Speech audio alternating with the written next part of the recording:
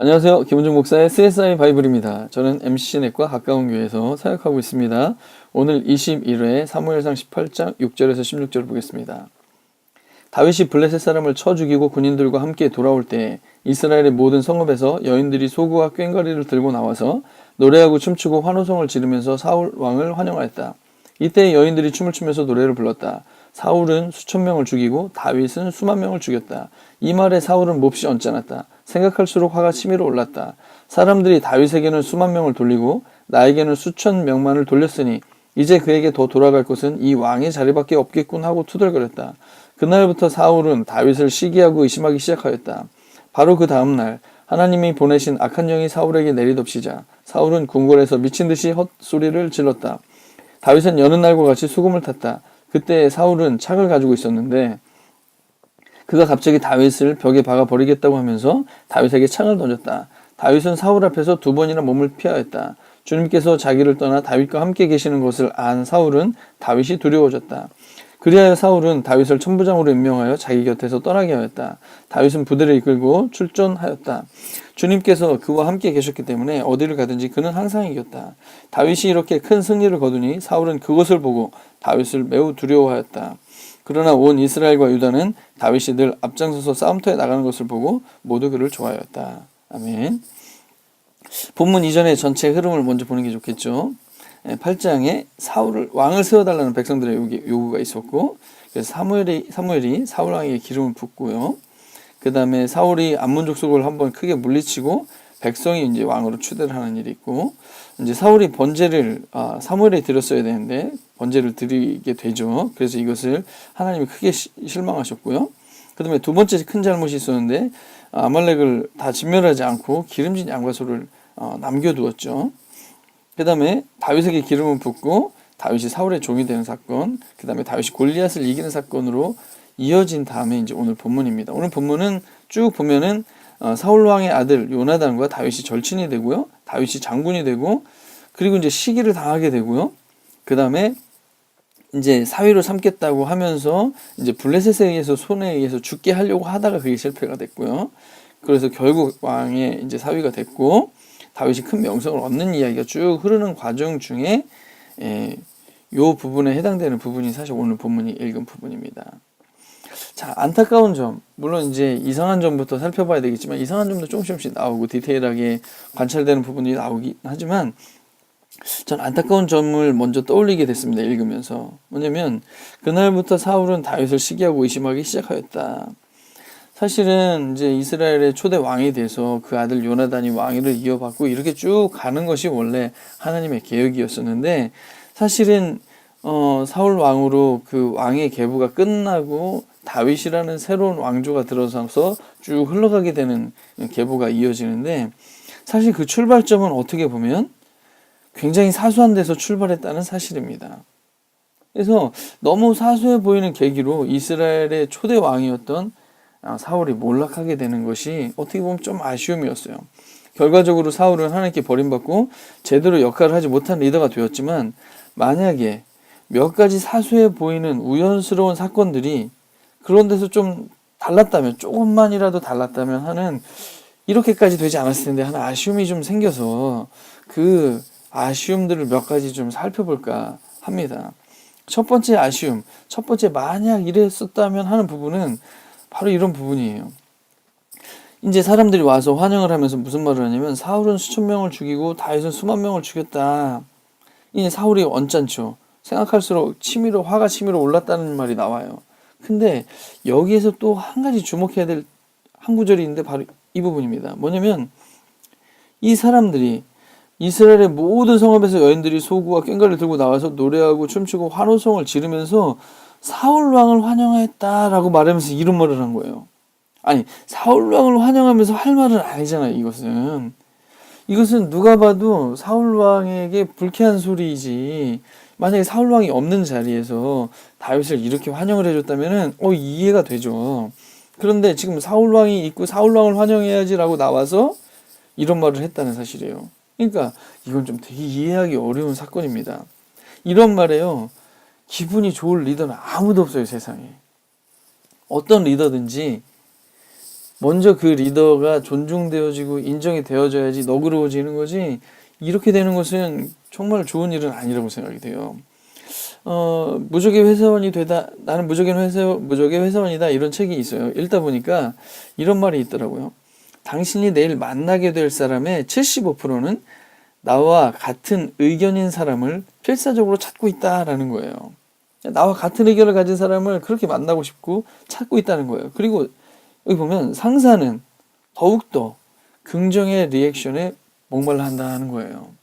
그러니까 상사들은 그냥 무슨 마음이 바다 같은 사람들이 아니에요. 그 사람들도 항상 긍정의 리액션에, 존중에 목말라 있는 사람들이거든요. 근데 이렇게 대면에 놓고 그냥 면전에서 이렇게 약간 칭찬도 아닌 무시와 이거 다속 이런 것들을 하는 것은 정말 좋은 건 아니죠. 그래서 이건 리더에 대한 예의도 절대 아니고요. 아주 다윗도 곤란하게 만드는 무척 지혜롭지 못한 환영이었어요.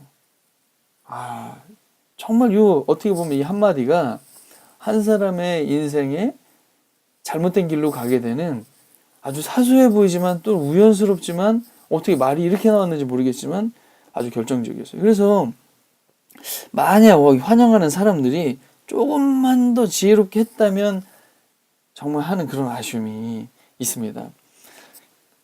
어떤 분은 이렇게 생각할 수 있겠죠. 이미 사울은 버림받은 사울이라서 큰 의미는 없을 수 있다, 이렇게 주장하실 수도 있거든요. 이미 잘못한 일들이 앞에 두 번 있었기 때문에. 그런데 그게 바로 두 번째 아쉬움과 연결되어지는데, 이 사울의 첫 번째 잘못한 상황이 있잖아요. 이 큰 책망을 받은 사건인데, 사무엘상 13장인데 여기 보면 사무엘이 사울에게 말합니다. 해서는 안 될 일을 하셨습니다. 주 하나님이 명하신 것을 임금님이 지키지 않으셨습니다. 명령을 어기지 않으셨더라면 임금님과 임금님의 자손이 언제까지나 이스라엘을 다스려도 주님께 영원토록 굳게 해주셨을 것입니다. 이거 되게 결정적인 사건이거든요. 영원토록 굳게 그 왕위가 갈 뻔했는데 안 됐다는 거예요. 근데 굉장히 결정적인 사건인데, 여기서 또 주목해 봐야 되는 게 한 부분이 이건데, 사울은 사무엘의 말대로 이랫동안 사무엘을 기다렸으나라는 거예요. 이거 가만히 읽어보세요. 사무엘의 말대로 이랫동안 이게 뭘까요? 개역개정은 이렇게 돼 있어요. 지금은 이제 세번역을 본 건데, 사울은 사무엘이 정한 기한대로 이랫동안 기다렸다는 거예요. 그러니까 이 7일이라는 기간은 사무엘에 의해서 만들어진 거예요. 사무엘에 의해서 7일만 기다리십시오. 7일 이내에 내가 꼭 갑니다. 라는 것을 누가 정했냐면 사무엘이 정한 거예요. 그리고 나서 나타나지 않은 거예요. 나타나지 않았다는 것. 즉, 사무엘이 나타나서 이 전쟁을 앞두고 있는 이 상황에서 제사를 같이 들어주지 않는다는 거는 이 군사들에게 너무너무 두려움을 줄 수 있는 상황이기 때문에, 왜냐면 하나님이 함께 하시는, 도우심을 주시는 그런 전쟁이 아니라는 생각은 굉장한 사기를 떨어뜨리는 일이고, 사울왕으로서는 이걸 어떻게든지 수습해야지만 되는 일인 거죠. 그러니까 이 선지자가 왜 늦었냐고요. 그래서 이렇게 만약에 이 버림받게 되는 이 결정적인 사건, 굉장히 결정적인 사건이거든요. 사울에게는. 만약에 사무엘이 약속을 잘 지켰더라면, 말이 잘못 나왔네요. 약속이 안 늦었다면 이렇게까지 되진 않았을 텐데 하는 그런 아쉬움이 있는 거죠. 이건 어떻게 보면은 앞에 여인들의 어떤 그런 그 환영의 말, 이 사무엘이 약속을 지키지 않는 거, 이거 어떻게 보면 약간 불강력적인, 아주 사소해 보면서도 우연스러운 일들인데 정말 잘못 걸려든 것 같은 그런 아쉬움이 든다는 거죠. 그럼 세 번째 아쉬움은 뭐냐? 이 말에 사울은 몹시 언짢았어요. 그리고 나서 이제 그에게 더 돌아갈 것은 이 왕의 자리밖에 없겠군 하고서 이제 시기하고 의심하기 시작했다는 거예요. 어떻게 보면 자신이 이끄는 사람들을 향하는 이제 사울의 태도거든요.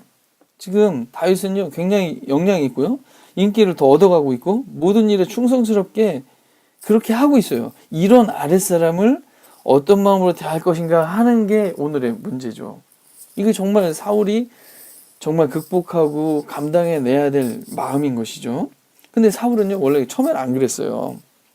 사무엘상 10장은 그가 처음 왕이 될 때 그런 장면인데, 지금 이제 사울 왕으로 딱 뽑혀서 이제 백성들이 환호를 지르면서 임금님 만세 뭐 어쩌고저쩌고 이렇게 하면서 그럴 때 몇몇 불량배들이 이런 사람이 어떻게 우리를 구할 수 있겠느냐 하고 떠들면서 그를 업신여기고 그에게 예물도 바치지 않았어요.